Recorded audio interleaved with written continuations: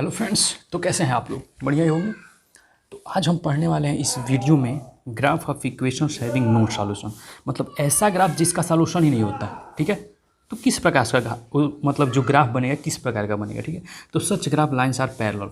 जो इस तरह ग्राफ होते हैं ना, वो एक दूसरे को काटते ही नहीं है कभी, न एक दूसरे के ऊपर होते हैं, वो एक दूसरे के सामने सामने होते हैं, अपोजिट होते हैं, यानी एक दूसरे के पैरेलल होते हैं। ठीक है, समझ में आ रही बात? पैरेलल का मतलब जैसे ये आप लाइनें देख रहे हैं, सारी लाइनें क्या हैं, ये पैरेलल हैं एक दूसरे की। तो that kind of line, okay.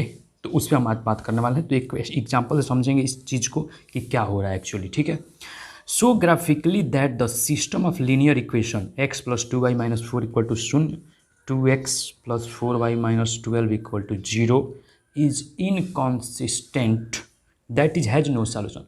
Inconsistent का मतलब क्या होता है? ऐसा इक्वेशन जिसका सॉल्यूशन ना हो इनकॉन्सिस्टेंट कहलाता है। कॉन्सिस्टेंट मतलब जिसका सॉल्यूशन हो, एटलीस्ट वन सॉल्यूशन या मोर देन वन सॉल्यूशन। ठीक है, सॉल्यूशन होना चाहिए तो उसको कॉन्सिस्टेंट बोलते हैं। इनकॉन्सिस्टेंट मतलब जिसका सॉल्यूशन ही नहीं हो। ठीक है, बात समझ में आ गई है। स्टार्ट करते हैं आज का एग्जाम्पल। ठीक है, आगे चलें। ओके, तो हमारे पास इक्वेशन 1 क्या है? इक्वेशन 1 ये है, इक्वेशन 2 ये है। ठीक है, तो इक्वेशन 1 पे चलते हैं। तो मैं लिखता हूँ we have x plus 2y equal to 4 लिख सकता हूँ यार, बता दो। x plus 2y equal to 4 मैं लिख सकता हूँ, बताओ यार। क्योंकि ज़्यादा देखो 4 को इधर ट्रांसफर करोगे तो हो जाएगा। इसको पहला इक्वेशन मानता हूँ मैं। ठीक है, अब इसके लिए मैं टेबल तैयार करूँ, क्योंकि विदाउट टेबल ग्राफ बनने वाला है नहीं यार। ठीक है, बात तो ये क्लियर है ना, आपको समझ में आ रही है? तो मैं इसके लिए ग्राफ बनाने जा रहा हूँ। ठीक है, ओके। तो हम x का वैल्यू पुट करके y का वैल्यू निकालते हैं। तो हम पहले y का टर्म लिख लेते हैं x में क्या होगा। तो अगर मैं लिखूँगा तो ये हो जाएगा 2y equal to 4 minus x, होगा ना यार। तो y इक्वल टू मैं लिख सकता हूँ 4 माइनस एक्स बाई 2, हो जाएगा। बताओ यार। अब इसका यूज करके हम टेबल बनाने वाले हैं। तो क्या करता हूँ, टेबल में ऊपर x का मान, नीचे y का मान। ठीक है, लिख लेता हूँ यहाँ पर किस तरह से आ रहा है टेबल में। ठीक है, अब देखो यार, अगर मैं x का मान 0 रख, if x equal to 0 then y equal to 4 माइनस 0 बाई 2 यानी 4 बाई 2 यानी 2 हो जाएगा।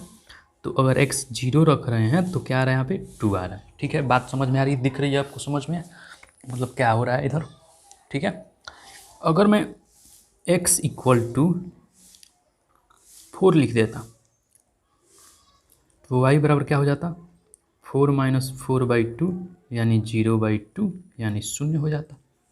यानी 4 पे हमें 0 मिल जाएगा। तो ये मान लो हमारा टेबल तैयार, क्योंकि 2 बिंदु की जरूरत होती है टेबल तैयार करने के लिए। 2 बिंदु मिल गया है, टेबल तैयार हो गया है, कोई दिक्कत ही नहीं होगा। ठीक है, अब इक्वेशन नंबर पहले के लिए तो सॉल्यूशन हो गया हमारा, 2 पॉइंट मिल चुके हैं। ये x 0,2, इसको अगर मैं लिखूँ कोऑर्डिनेट क्या होगा 0,2 लिखेंगे, और इसको 4,0, ये 2 कोऑर्डिनेट हमें मिल चुके हैं। ठीक है, इस दोनों से हम ड्रा करने वाले हैं ग्राफ अपना। ठीक है, तो इसको लिखने की जरूरत तो ऐसे नहीं होती है, ग्राफ में लिखते हैं डायरेक्ट। ठीक है, इधर लिखने की जरूरत नहीं होती है। ये समझ में आ रही है? या लिख भी सकते हो, कोई दिक्कत नहीं है, लिखोगे तब भी कोई गलत नहीं है। ठीक है, लिख देना for first equation coordinates are 0,2 and 4,0 लिख सकते हो, कोई दिक्कत नहीं होगा। ठीक है, तो नेक्स्ट हमारा क्या है, दूसरा इक्वेशन देखो यार, क्या था 2x प्लस 4y माइनस 12। तो उसको मैं लिख सकता हूँ 2x plus 4y equal to 12, second equation, ये बोल सकता हूँ यार। अब इसको जब सॉल्व करोगे तो ये हो जाएगा 4y equal to 12 minus 2x, इसको इतना लिख सकते हैं। तो y बराबर 12 माइनस 2x बटा 4 हो जाएगा यार। बताओ, अब इस पे आधारित हम मान निकालने वाले हैं। ठीक है, तो मैं टेबल क्या करता हूँ, यहाँ पे टेबल का फॉर्मेशन कर लेता हूँ एक। तो मैं x और y निकालने वाला हूँ। ठीक है, तो मेरा x का वैल्यू और y का वैल्यू यहाँ पे इस टेबल में आएगा। ठीक है, 2 वैल्यू की ज़रूरत है, क्लियर बात? ठीक है, तो देखो यार, इफ़ x इक्वल टू मैं लेता हूँ, x इक्वल टू मैं ले लेता हूँ 0। अगर मैं 0 लूँगा तो y बराबर क्या हो जाएगा, ज़रा ध्यान से देखना यार। x इक्वल टू 0 रखूँगा तो 12 माइनस 2 × 0 यानी 0/4 यानी 12/4 3 बार में जाएगा। यानी अगर x 0 रख रहे हैं तो y का मान 3 आ रहा है। ठीक है, अब मैं क्या करता हूँ x इक्वल टू, अब इसको ऐसा वैल्यू रखते हैं ना जिससे क्या हो, हमें आसानी हो कैलकुलेट करने में आसान रहे बातें। ठीक है, तो ऐसा वैल्यू रखा जाता है। ठीक है, तो देखो यार, अब यहाँ पे अगर मैं 6 लिख लेता तो ये पूरा 0 बन जाता ना, 6 दूना 12, तो मैं x इक्वल टू 6 ही पुट कर लेता हूँ कि मुझे आसान हो। जिस वैल्यू पे तुम्हें आसान लगेगा उसी वैल्यू को डालना। ठीक है, कोई टेंशन लेने की जरूरत नहीं होती है, जो आसानी से तुम्हें कट जाए। तो यानी 12 माइनस 12/4 0/4 यानी 0, तो यानी 6 पे कितना आ रहा है 0। तो यहाँ पे कोऑर्डिनेट हमें क्या क्या मिला है यार, जो सेकेंड इक्वेशन है उसके लिए 2,0,3 एंड 6,0 ये कोऑर्डिनेट मिले हैं। ठीक है, ये बात समझ में आ रही है आपको दूसरे इक्वेशन के लिए। ठीक है, इसको तुम नाम भी दे सकते हो AB, ठीक है, इसको PQ, तुम्हारी मर्जी। अगर नाम दे पा रहे हो तो दो, नहीं देना है मत दो, कोई दिक्कत नहीं है भाई। इस तरह से भी लिख देना कोऑर्डिनेट ऑफ सेकेंड इक्वेशन या second line are, coordinates of second line are, second line are 0,3, 6,0 यह लिख लेना। ठीक है, समझ में आ रहा है। अब क्या हम ग्राफ पे चल सकते हैं, क्योंकि हमारे पास 2 टेबल मिल चुके हैं। यहाँ पे कोऑर्डिनेट पता चल गए हैं, यहाँ का भी कोऑर्डिनेट हमें पता चल गया है, तो इससे हम ग्राफ आसानी से ड्रा कर पाएंगे, उससे हमें सॉल्यूशन भी पता चलेगा। ठीक है, तो चलते हैं ग्राफ पे। ठीक है, ओके, तो ग्राफ खींचेंगे अपने आप। तो ये है हमारा वाई एक्सिस, जो ऊपर से नीचे की तरफ रहता है उसे हम क्या बोलते हैं, वाई एक्सिस बोलने वाले हैं। ये बात आपको समझ में आ रहा है। यहाँ पे मैं दिख रहा है भाई, नहीं दिख रहा है क्या, यहाँ पे हमारा ओरिजिन है। ओके, तो ये हमारा क्या होगा, अगर देखो जाए तो यहाँ से नीचे तक जो जाता है उसे क्या बोलते हैं वाई, यहाँ पे वाई डैश आ जाता है। ठीक है, अब इसको इधर से खींच लो लाइन, तो यहाँ पे लाइन क्या बनेगा, एक्स एक्सिस बनेगा ना यार, horizontal line is x axis. तो इधर तुम्हारा होता है एक्स, इधर होता है एक्स डैश, यहाँ पे 0 है, तो इधर एक्स के राइट साइड में पॉजिटिव टर्म नंबर आते हैं 2, 3, 4, 5, 6, 7, बस लिख दो यार क्या, और ऊपर 1, 2, 3, 4, 5, 6, 7। ठीक है, इतना काफ़ी है ग्राफ का ड्रा करने के लिए। ठीक है जी, तो देखो यार, अब मैं क्यों ये नीचे नहीं लिख रहा हूँ, क्योंकि एक भी नेगेटिव पॉइंट हम लिए ही नहीं है, तो इसमें हमारा ग्राफ बन जाएगा, कोई दिक्कत नहीं होगा। ठीक है, तो अब देखते हैं पहला पॉइंट हमें क्या क्या मिला था।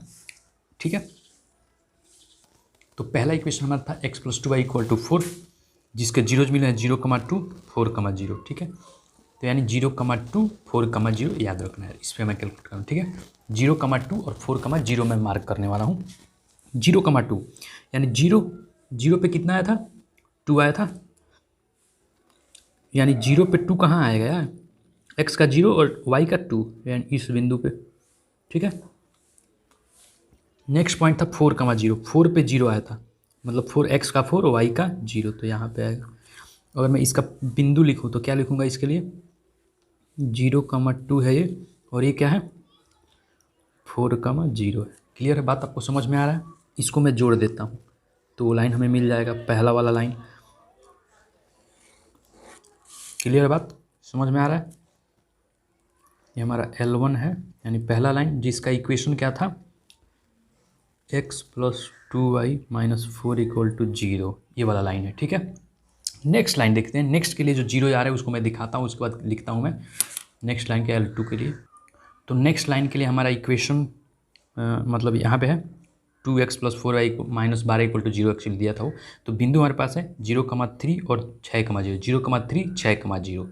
ओके, याद रखना, मैं इसको लिखने वाला हूँ 0,3। तो बताओ यार 0,3, 0 पे 3 है, यानी इस बिंदु पे जाएंगे, दिस इज 0,3।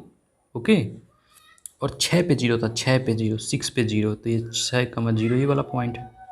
ठीक है, तो ये पॉइंट, अब इसको मिलाएंगे फिर से, देखते हैं क्या मिलता है हमें। तो इसको जब तुम मिलाओगे यार,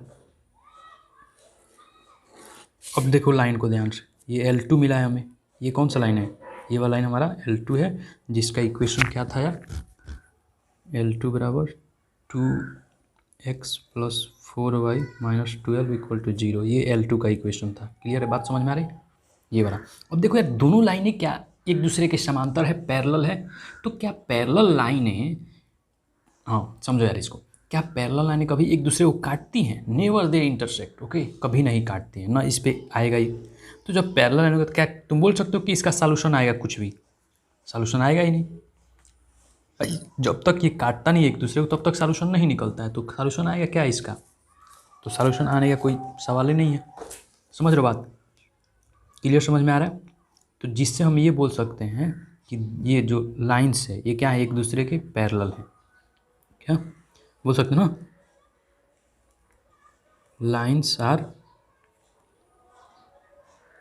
parallel, hence the given system of